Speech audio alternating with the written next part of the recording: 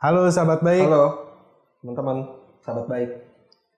Jadi balik lagi nih sama gue Vika, Gue Abdul. Hyung Abdul. Ya boleh. Di konten opsi. Kayaknya menyindir hiung-hiung nih pembahasan kita terkait dengan yang Hyung-hyungan. iya. Kayak kalau hiung-hiungan Ikan. kan viral tuh. Ikan hiung. Wah. Ya, jadi kita mau ngebahas soal sesuatu yang lagi Viral. viral yang ada di hati setiap remaja-remaja tanggung. Bahas apaan tuh? Iya, tentang sesuatu yang viral. Ya, kayak kan kalau ada hiung-hiung yang gemes-gemes kan viral. Iya. Kayak gue punya temen tuh. Langsung dari Pyongyang ya. Yoi. Dari Dia ibu kota Korea Pokoknya Selatan. hiung banget deh dia Hiung orang. banget pokoknya aduh Kita kacau. panggil aja apa nih langsung? Panggil. Hiung Bintang. Hyung. Dah. Lu kan editor. Apaan sih nih? Lu mah Hyung dari Cililitan kan? Coba. Bukan. Yang benar yang mana tuh? Ada nih. Lagi-lagi ya? Bintang teman kita itu, Hyung kita. Iya, hiung dia. Iya. Mungkin katanya bukan Hyung kali. Apaan? Opa. Opa. Boleh. Opa Bintang. Opa Bintang. Nah, ini baru benar nih. Baru. Macet tadi helikopter dari Korea. Wih, boleh. Iya. Kehambat sama siapa? Burung biasa. Oh. Kurang ya gue ya. Wah. Kirain dijagain sama Kim Jong Un. Dong ya. Gimana nih? Udah di mana nih? Sekarang udah sampai di psikologi kita nih. Iya. Asik sih. Jadi kita bahas yang apa nih? Lagi viral pokoknya. Viral tuh ya. Sebelumnya ini teman-teman, ini namanya Bintang. Oh iya, belum kenalan. Belum, ini namanya Bintang adalah salah satu dari keluarga psikologi kita dulu ya. Iya. Salah satu keluarga dari psikologi kita juga dan sekarang Bintang Teman kita beropini satu sama lain. iya. Bisa panggil gue Hyung atau Opa aja tadi. boleh. Sama Hyung Abdul, kalau gue tetap kakak aja. Oke. Oke. Kakak manis. Kakak manis. Kakak manis. Kakak sayang. Nah, jadi kali ini kita nih mau ngebahas yang dari tadi kita omongin apa sih Hyung, Opa. Itu kan bahasa Korea. Bahasa Korea. Korea Selatan mungkin ya lebih tepatnya. Benar. Cangkeman ya sih. Cuman apa? Itu artinya sebentar. Ya. Oh gitu. Kalau ngomongin Korea sih emang ya gue termasuk yang karena gue suka sinematografi gitu ya. Gue nonton film Korea juga, Vietnam, Thailand juga, yang semuanya lah. Tapi emang sekarang itu banyak banget sih. Kalau bukan Netflix gitu misalnya contohnya ya, film-film Korea yang emang cakep banget sih buat ditonton emang ada sih. Nah, mungkin buat awal nih gue pengen nanya lu nih sebagai opa kita nih. Dan sebagai opanya psikologi kita lu kenapa sih film Korea itu kayak apa ya? Menjamur kayak apa? Kayak virus gitu nyebarnya cepet banget. Semua orang tuh pasti yang suka nonton pasti pernah nonton film Korea terlepas dia suka dengan budayanya atau enggak. Iya, benar. Pasti dia nonton film Korea. Kalau gue yang ngeliat subjektifnya gitu, pertama sih emang pemerannya cakep-cakep banget tuh, cakep ya kan. Secara fisik lah, fisik cakep, terus juga secara dia ngetek gambarnya, terus back soundnya itu, sama apalagi sih ceritanya sih, mungkin karena masih lingkup satu Asia gitu. Oke. Jadi relate aja. Ketika gue yang jomblo akut gitu misalnya ngelihat ada scene romantis gitu, gue kebawa juga gitu. Oh, gue pengen nih jadi opa. Iya. Ini soalnya kayak apa ya? Gue awalnya juga ikutan nonton Tren Tubusan tuh karena kayak hype banget gitu kan. Karena kayak gue ngeliat di sosmed gitu, kok banyak banget gitu yang bukan menggilai ya, menyukai banget kok film Korea, idol-idolnya. Iya sih. Bahkan musiknya, band bukan sih, boy band atau girl band ya K-pop gitu. lah. Iya sih. Kalau gue sendiri juga kan masih sering ngecek trending di Twitter lah gitu ya. Itu kalau buat tentang Korea ya kayak BTS lah, itu selalu trending sih di Indonesia. Emang lagi mempengaruhi banget lah. Sampai kadang gue ngeliat di jalan anak kecil joget-joget gitu, dengerin lagu Korea. Buat gue gimana ya, mungkin di satu sisi ya gue ngeliat pas waktu kecil kayaknya gue nggak pernah tuh gue ngelihat hal-hal kayak gitu. Paling gue main gundu, main layangan yang emang permainan-permainan pada umur gue lah, di batas umur gue. Kalau sekarang kan ngelampauin jauh tuh, kan? Buat secara psikologisnya tuh gimana gitu sih? Cukup apa ya, ngobrolin soal kultur Korea yang lagi di Indonesia nih emang lagi menyebar luas banget dulu. Jadi sampai ada fanbase-nya gitu loh, lu tahu kan? Iya. Dia jadi fanatik banget gitu ya. Beberapa ada yang fanatik di sini mungkin bisa lu disclaimer ya, fanatik itu yang seperti apa? Iya. Sebenarnya fanatis tuh bukan cuman Korea doang loh. Iya. Ada lagi kayak fanatis dengan klub bola tertentu. Klub bola yang lagi atau suatu keyakinan tertentu. Iya. Benar sih, agama ya. Kalau bola ya sih gue ngeliat kayak misalnya temen gue nih ada yang dari Bandung terus dia Jakarta kayak tiba-tiba ngatain ya sorry kayak Viking apalah gitu atau The Jack apa yang padahal menurut gue kayak ini temen udah dari kecil loh sampai mempengaruhi gitu, walaupun ya mungkin dia bercanda atau gimana tapi sampai mempengaruhi lah. Apalagi kalau ngomongin tentang agama kayak tadi ya, fenomena hijrah gitu zaman sekarang yang gue lihat kayak baru orang sesekali 2 kali ikut majelis terus nanti ngelihat yang lagi nongkrong masih ya jahiliyah lah, terus tiba-tiba kafir padahal kan agama ya, gue sebagai seorang muslim gitu gue tahu agama rahmatan lil alamin ya kan. Iya. Iya, jadi kayak ya kalau bisa saudara-saudara lo itu dirangkul lah. Karena gue nggak pernah lihat juga sih. Bukan disisihkan. Bener. Karena gue juga ngeliat dulu di Twitter tuh ya terutama ya. Ada beberapa orang fanatik, kita balik ke Korea lagi ya, ke kultur Korea ini yang sudah pedes banget gitu loh mulutnya. Iya. Kalau ngetik. Iya sih. Kayak gimana gitu. Kalau tetangga kalah lah mulut tetangga ya. Tersinggung sedikit agak galak gitu loh. Iya benar. Iya ya. Sebenarnya menurut lu dulu ya, atau lu juga boleh itu gimana sih? Kenapa sih dia bisa jadi fanatik sama kultur tertentu gitu? Kalau Korea atau tadi bola gitu. Gue ngelihatnya dalam fanatisme ini kecenderungan individunya ini berkelompok.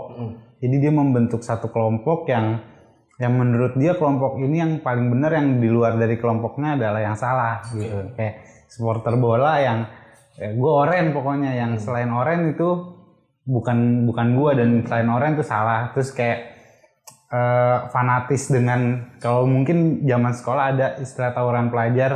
Nah itu juga salah satu bahan waktu gue S1 gue skripsi gue tentang tawuran pelajar.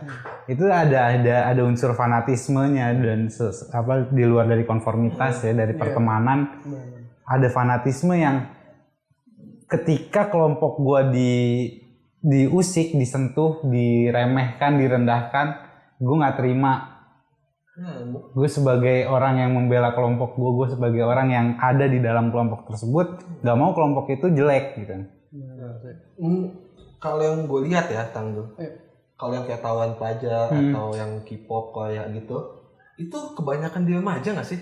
Iya sih, benar. Kalau menurut lo yang di remaja itu apakah ada hubungan sama pencarian jati diri bahasa umumnya? Iya sih. Menurut ada nggak? Menurut gue sih iya sih, karena dia kan mau cari tempat di mana dia diterima gitu ya.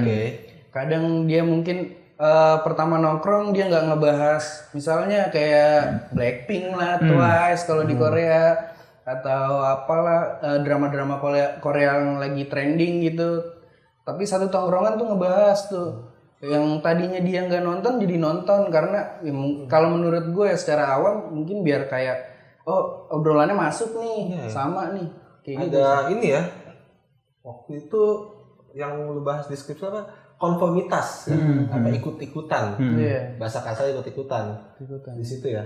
Benar sih. Ada kemungkinan nggak sih, karena dari yang gue tangkap dari fenomena yang tadi udah dijelasin sama Abdul sama Lutang, gue ngeliat kayak ada transisi dia lagi mencari dirinya di situ.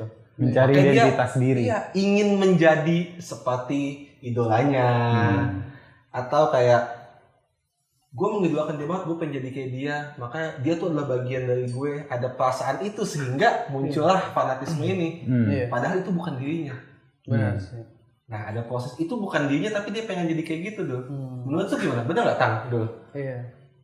Kalau dari gue sendiri ya mungkin di samping itu ada insecure juga kali ya. Kayak takut dia satu nggak diterima, kedua mungkin dia penerimaan dirinya kurang, kayak ketika dia mau kenalan kah sama cewek atau cowok, gue nggak secakep orang-orang Korea nih yang lagi diomongin. Terus tiba-tiba dia sampai ada idol Korean yang dia sukain banget, dia searching sampai ke skincare-nya lah misalnya dia pakai biar jatuhnya nanti ganteng juga atau cantik juga kayak si artis Korea itu mungkin ya. Sehingga dia tidak melihat kebutuhan dirinya gitu. Iya, yang padahal dia mungkin juga nggak butuh atau emang ya banyak orang juga yang pengen jadi kayak dia kan, tapi dia malah ngelihat orang lain gitu sebagai role modelnya dia. Kayak jatuhnya nggak bersyukur sih menurut gua. Menarik ketika tadi Fikar sempat nyinggung tuh tentang fenomena ini kayak sering banget terjadi sama remaja deh. Iya. Karena dalam tahapan perkembangannya manusia tuh ada proses ya pubertas dan terus juga menemukan jati diri, pencarian identitas diri. Dalam hal ini mereka yang pelaku fanatis ini, orang-orang yang fanatis ini sedang mencari identitas gue nih siapa, gue nih ada di mana sih, gue nih apa sih, gue pengen tahu. Gue coba ke kelompok A, ternyata masih kurang, coba gue ke kelompok B, benar. Masih kurang juga, ada kali di kelompok C mungkin gue nih, ternyata gue nyaman di kelompok C. Mungkin itu kan kalau segi kelompok dulu. Kalau yang ini mungkin dia mengidolakan seseorang hingga menjadi seperti dia. Dan, nah ini karena lu episode pertama nih kan. Gimana tuh? Bintang harus tahu khas dari opsi adalah apa dulu? Selalu memberikan solusi. Selalu memberikan solusi. Gitu. Kalau bahasa Korea daebak.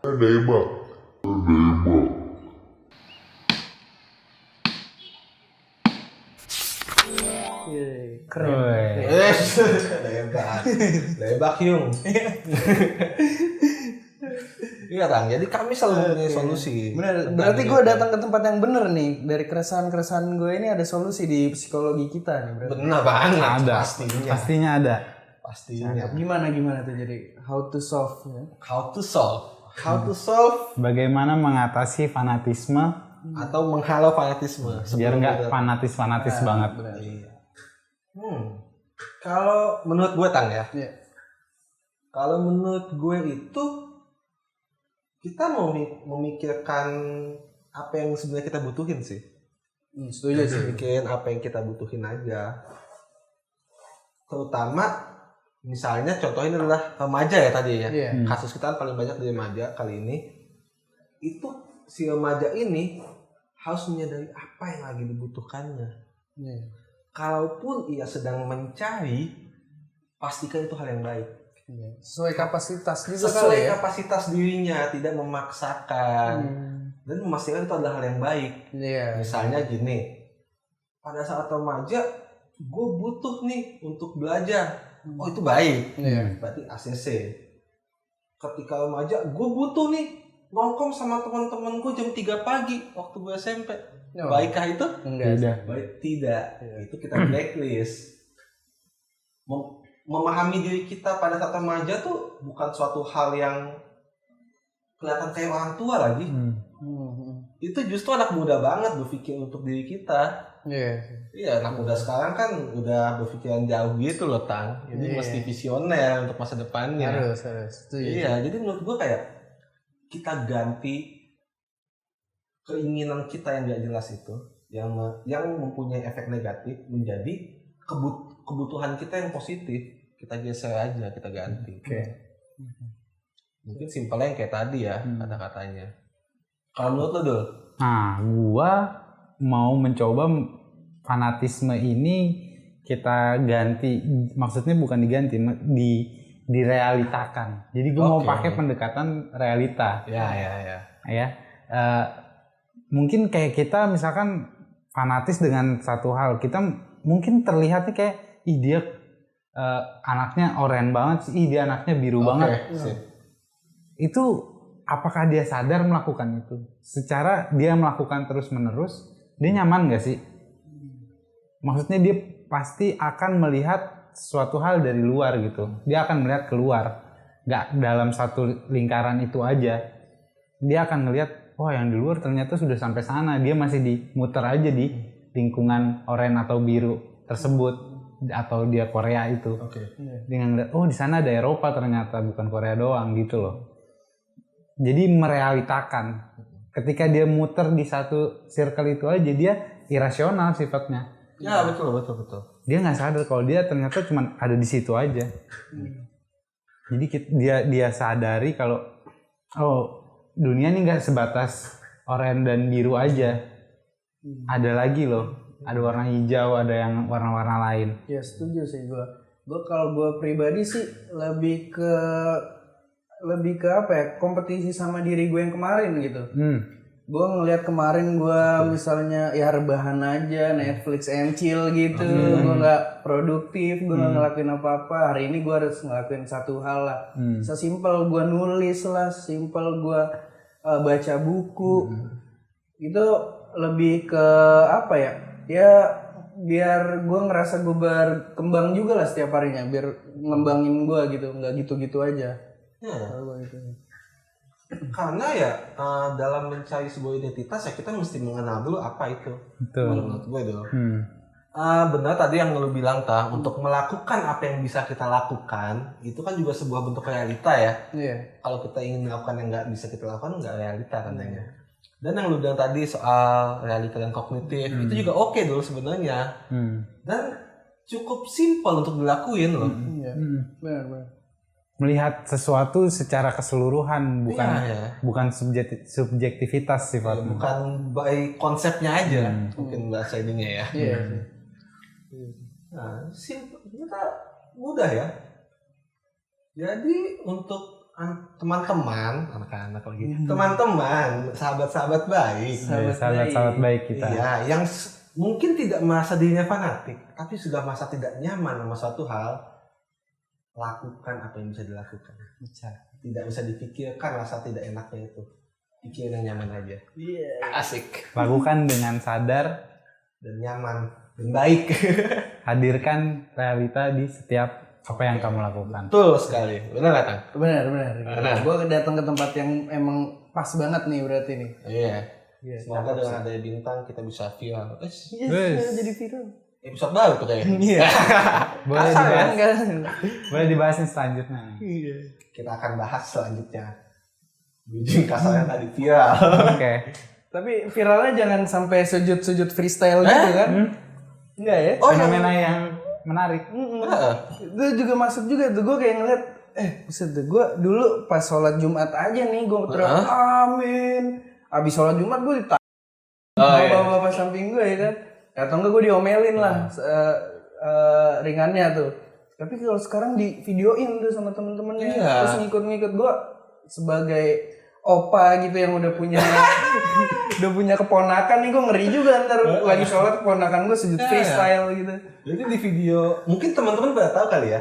Ya dulu ya. Lu tahu kan video itu? Tahu. Nonton kan? Jadi ada dua orang individu anak-anak ya yang mengejar viral. Yang satu dengan sujud freestyle, yang satu dengan memvideokannya. Iya benar tuh. Dua hal itu akan menjadi pokok bahasan kita selanjutnya.